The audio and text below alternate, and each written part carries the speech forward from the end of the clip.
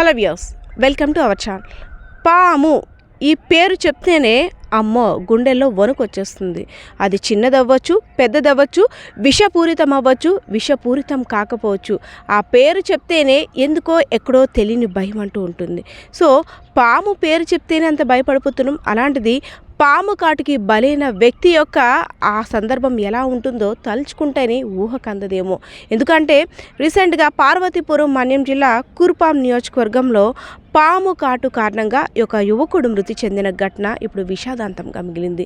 King cobra పిల్ల పాము ఇంట్లోకి ప్రవేశించి పడుకున్న సమయంలో దుప్పట్లో తనకి తెలియకుండానే కాటు వేసింది. సో ఏదో కుట్టిందని యువకుడంతా కూడా చుట్టూ చూసుకున్నాడు. అయితే అక్కడ ఏమి కనపడకపోయేసరికి లైట్ తీసుకొని కాస్త విశ్రాంతి తీసుకుందాం, నాకేదో నిద్దట్లో అలా అనిపించి ఉంటుందేమో అనేసి అని ధీమాని వ్యక్తం చేశాడు. సో మరి కాసేపటికి ఆరోగ్యం క్షీణించడం, బాడీలో చేంజెస్ అంతా కూడా గమనించినటువంటి కుటుంబ సభ్యులు వెంటనే అప్రమత్తమై ఆసుపత్రికి తరలించారు. సో అప్పటికే పరిస్థితి చేయి దాటిపోయింది. కింగ్ కోబ్రా పిల్లపాము యొక్క విషమంతా కూడా ఒళ్ళంతా కూడా పాకేసి అతి విషమంగా మారి అక్కడికక్కడే మృతి చెందాడు. సో ఇంటికి వచ్చిన తర్వాత మొత్తం ఇల్లంతా కూడా సెట్ చేస్తే అక్కడ కింగ్ కోబ్రా పిల్లపాము కనిపించింది. సరే పాము కుడితే అది విషపూరితం కాదో అని తెలుసుకునే లోపు డాక్టర్ని సంప్రదిస్తే దానికి సంబంధించిన ట్రీట్మెంట్ ఇచ్చేవారు ఉండేవారు కదా అని డాక్టర్లు కూడా వాపోయిన పరిస్థితి కూడా కనిపించింది.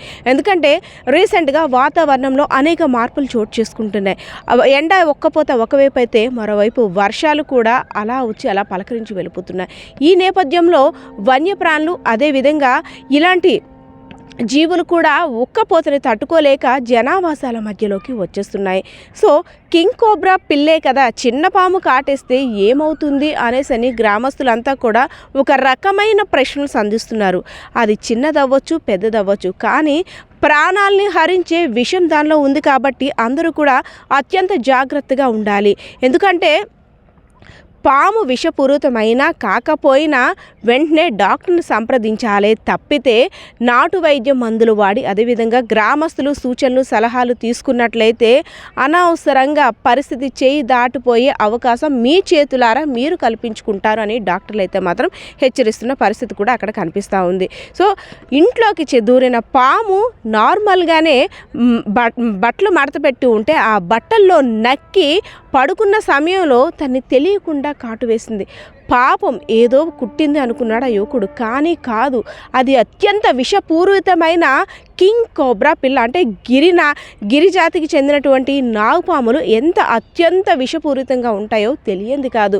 ఎందుకంటే వారంతా కూడా గిరిపుత్రులు కాబట్టి అక్కడ ఎలాంటి పాములు విషపూరితం ఉంటాయో కాదో వారికి ఒక అంచనా ఉంటుంది. అన్నీ తెలిసి కూడా లైట్ తీసుకోవడం వల్ల ఆ యువకుడు మృతి చెందడానికి కారణమైందంటూ కూడా గ్రామస్తులు వాపోతున్నారు. మరికొంతమంది అయ్యయ్యో అదంత విషపూరితం కాదు, చిన్న పాము కాటేస్తే ఏమవుతుంది, అసలు విషమే ఉండదని దీన్ని కొట్టి పారేస్తున్నారు. ఏదైతేనే కింగ్ కోబ్రా పిల్ల కాటు వేయడం వల్లనే ఆ యువకుడు మృతి చెందినట్లు వైద్యులు కూడా నిర్ధారించారు. అయితే పోస్ట్ మార్టంకి బాడీని కూడా తరలించారు. పోలీసులు కూడా కేసు నమోదు చేసి మరిన్ని వివరాలు కూడా సేకరిస్తున్నారు.